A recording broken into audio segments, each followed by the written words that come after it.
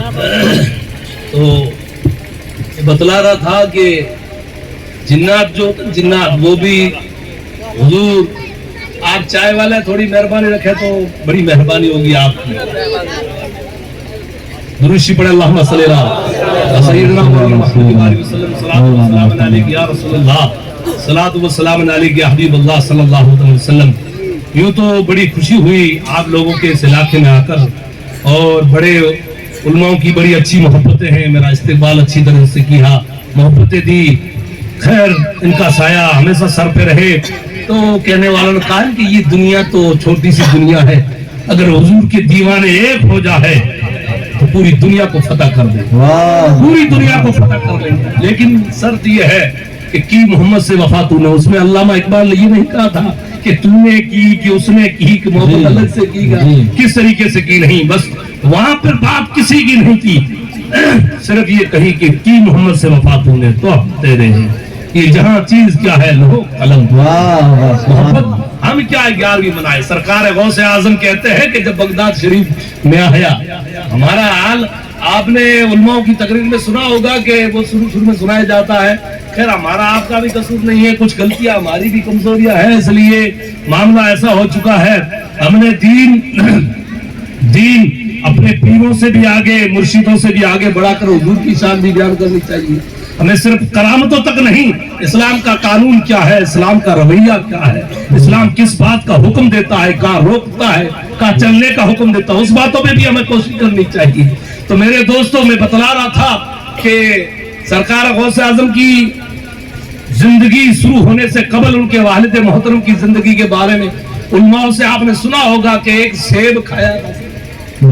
ہاں, یہاں تو کئی سیب بٹ گئے, پتہ ہی نہیں چلا. اللہ, ایک سیب کھایا تھا جو کئی مہینے کئی سال تک ایک باغ میں پانی پلاتے رہے اور کہا حضور اب سیب کی سزا معاف کر دیں.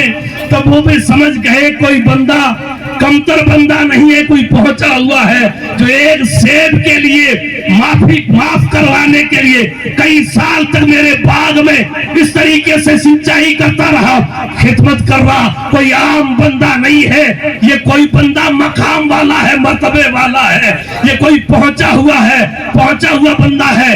وہ حضرت ابو صالح موسیٰ جنگی دوست جن کا نام تھا حضور غوث پاک کے والد محترم, وہ کہتے ہیں کہ وہ ایسا نہیں کہ حضور غوث پاک کا ہی مقام بند والا تھا, حضور پاک کے سارا خاندان دونوں طرف سے دیکھا جائے وہ پہنچے ہوئے ہی تھے, مقام و مرتبے والے تھے. حضرت ابو صالح موسیٰ جنگی دوست ایک بار اس زمانے کا بادشاہ تھا, اس کے کچھ وزیر شراب لے کے جا رہے تھے, شراب کے مٹکے لے کے جا رہے تھے. ان کی طرف سے نگاہ سے دیکھا, سارے مٹکے پھوٹ گئے اور مٹکے پھوٹ گئے تو جا کر بادشاہ کو شکایت کی کہ انہوں نے ہماری طرف نظر سے دیکھا اور بڑی تیز نظر سے دیکھا, خوف کی وجہ سے, ہیبت کی وجہ سے مٹکے پھوٹ گئے.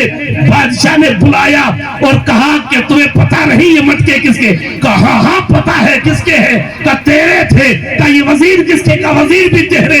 کہا پھر تجھے پتا نہیں میری بارگاہ میں جو گستاخی کرتا ہے اس کا انجام کیا ہوتا ہے؟ کہا وہ انجام سے ڈرتے تو نظر ہی نہیں ڈالتے.